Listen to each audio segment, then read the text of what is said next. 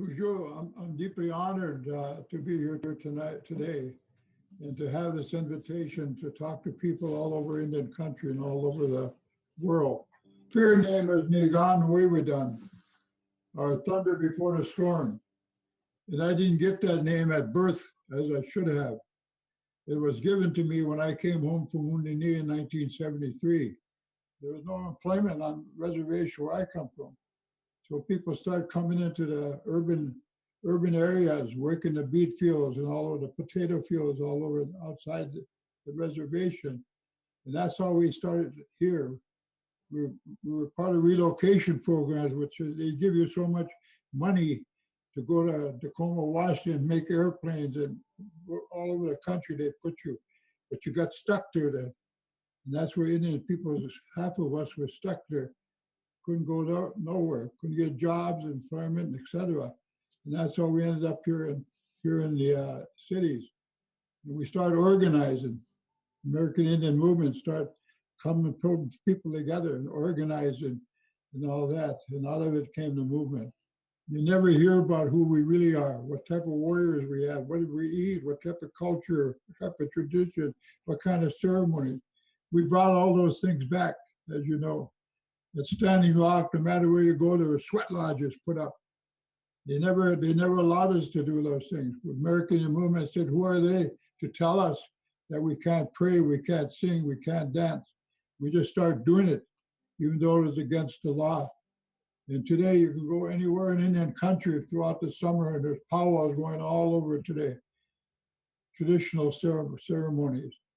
And that's because of the American Indian movement. They thought that they pushed us down so far we could never stand up again. My father landed up in Carlisle. My mother went to school here in White Reservation here in northern Minnesota. So she wouldn't go to the hospital. I took her to the hospital one night, put her in a taxi cab, and she fought me all the way back, all the way down to the hospital. That she said, don't ever take me to a place like that. But I made her go. I knew she was sick. I knew she needed that type of help. So one got one of her best friends that she went to the boarding schools with. And her name was Matt Smith. You go see my friend. So one got a taxi cab, one got her brought down, they started talking Ojibwe. Started talking Ojibwe for a long time, laughing and all that. I knew my mom was really sick. And all of a sudden, my mother starts singing Ojibwe, the traditional language. I didn't understand it. I didn't know what she, and I asked Mr. Smith, Mr. Smith, what's my mom was singing about? She said she's singing about the beautiful wild rice beds up north, the maple sugar trees and the gardens and the fruit and all the things that we grew on our land, not in the urban setting. And all of a sudden she starts singing again.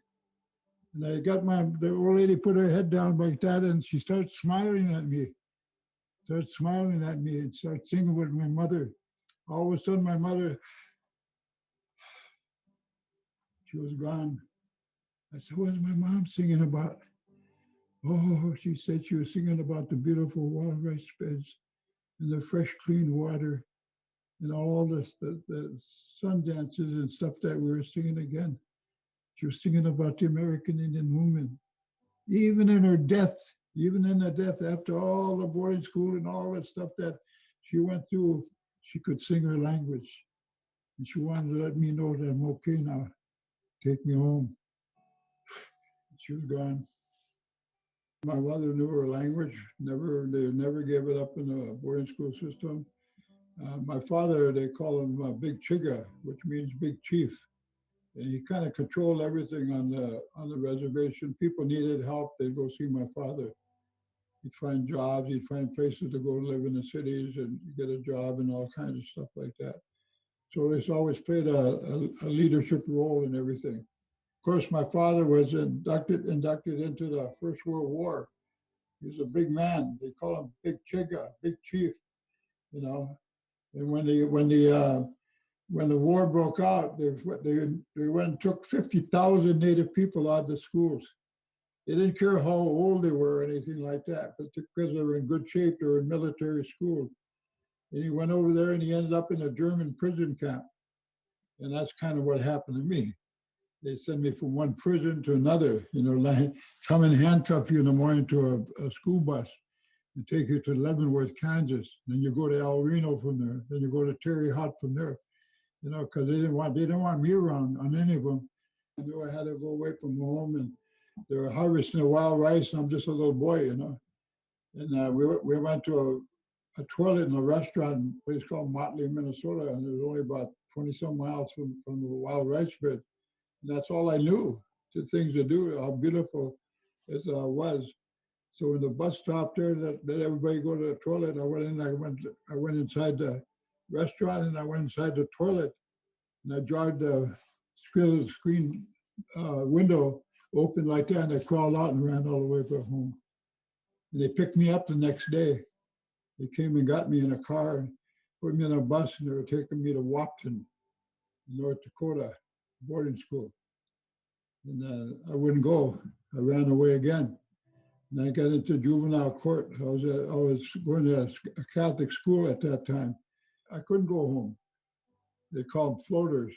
You know, they call a justice of the peace on my reservation or some other people, and they said, we don't want them here anymore. You know, so they kept me there. And then it seemed like it was every 3 or 4 years I'd be in another institution. I started out in Red Wing, then I went to St. Cloud Reformatory, then I went to Stillwater State Prison, and finally I was in the federal system. And I was in 7 different federal institutions in a 2.5-year period. That's what they do. They kept you. You couldn't go home, and that to force you into a situation like White Earth, and be in the Detroit Lakes, and be in Fargo, North Dakota, places like that. And the racism was so bad that you could never get a job. You go wash cars, go in car lots and wash cars and stuff like that, make $12 an hour or something. Everywhere I went, I started a sweat lodge. Everywhere I went, I forced them to start bringing in traditional foods, you know, and they wouldn't want me. They'd transfer me somewhere else, put me on an airplane and handcuff me to a seat and take me there. And finally, I was in Red Wing State Training School, in St. Cloud Reformatory. And one morning I heard a guy whistling, "You Are My Sunshine." I said, what the fuck's wrong with this guy? You know, what's wrong with this guy? Why is he, what the hell is he, who is he? He was whistling, "You Are My Sunshine." And I looked out the little peek in the hole. I was in solitary confinement. It's about bigger, that's the only light you got. And I said, I finally got up, and he was this Indian guy, full-blooded Indian.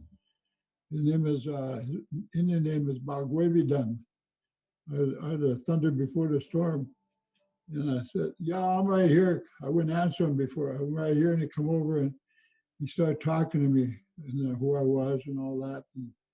And I listened to him, you know. And then they came up with a white caseworker the next day, and they got together and talked about maybe if we develop some kind of culture program that these people would want to get out of jail and do something with their life. And I said, why are you asking me that? Why are you bringing that to me? You know, I don't know anything about it. I know I'm Indian. You know, I know I fight every day for it, fight anybody for it. So I always end up in solitary confinement. And finally, they convinced me to come out of the solitary confinement and go to work in a power plant. And they would organize, I'd help them organize all these Native people in the institution. And then he would start having these Indian teachings, language and culture. And finally, we got the social warden to bring us in a drum one day.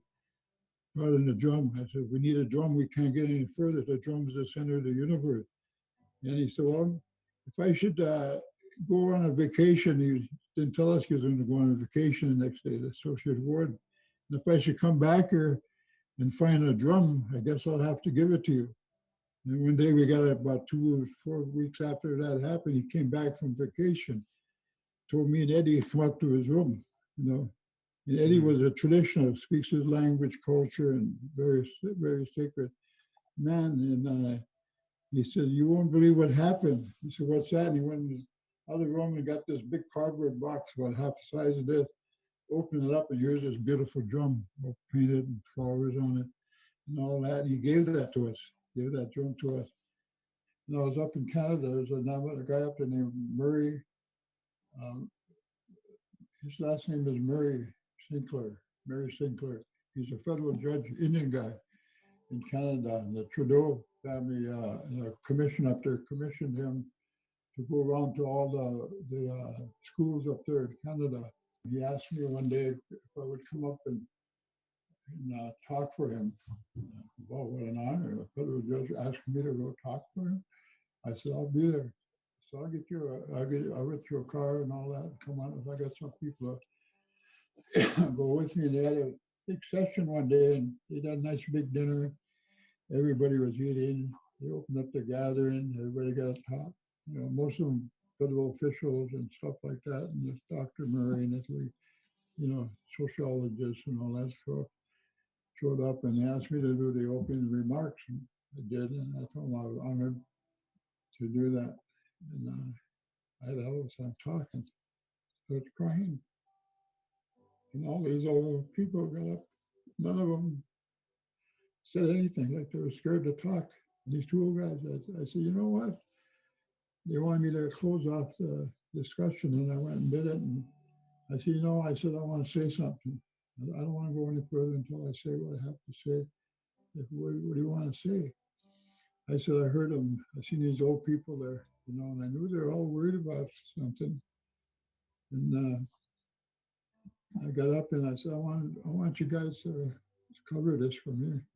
This Murray Sinclair guy was commissioned by the government up there to investigate all that happened, sexual abuse and kids running away and freezing in the woods and all that. And I said, I've heard all that today.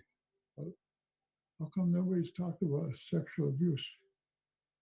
That's just quiet in there. Nobody knows what the hell to do. I said, come on. I know it's happened. It's happened to me at one time. Yeah.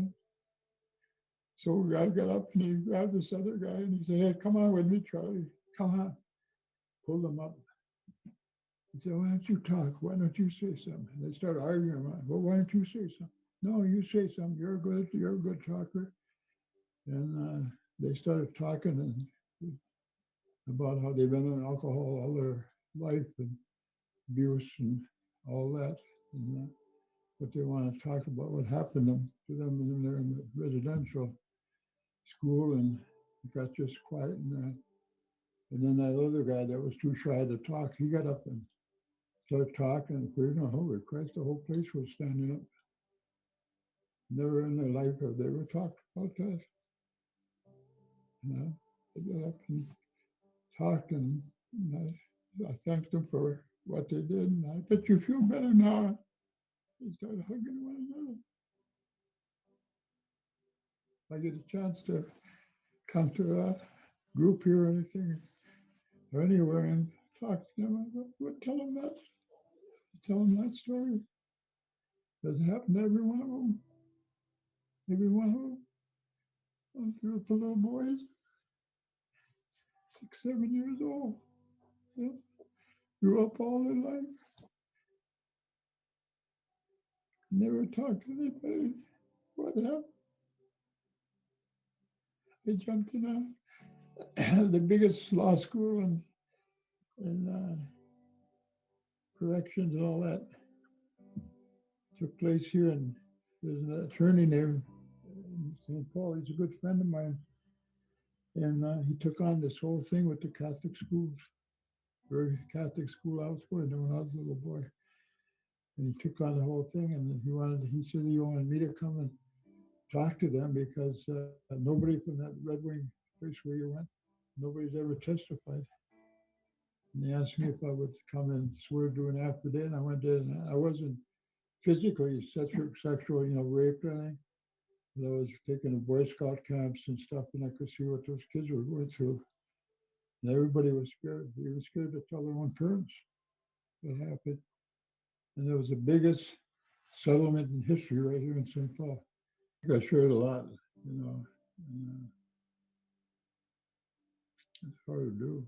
It's hard to do. I've seen people want to talk about it, but they never do, And I figure the only way I can make them do it is I got to stop doing it myself, and not be afraid to talk about it either, And I've seen some big changes made. I got kids that went to our school. I took them right out of the juvenile court system here in city Minneapolis, and I was going to juvenile courts almost every day of the week. And I finally was able to get through some of the public defenders, and they're trying to do the same thing I was doing. So we said, well, I can't send them back to public school. I got to build our own school, and that's what we did. And the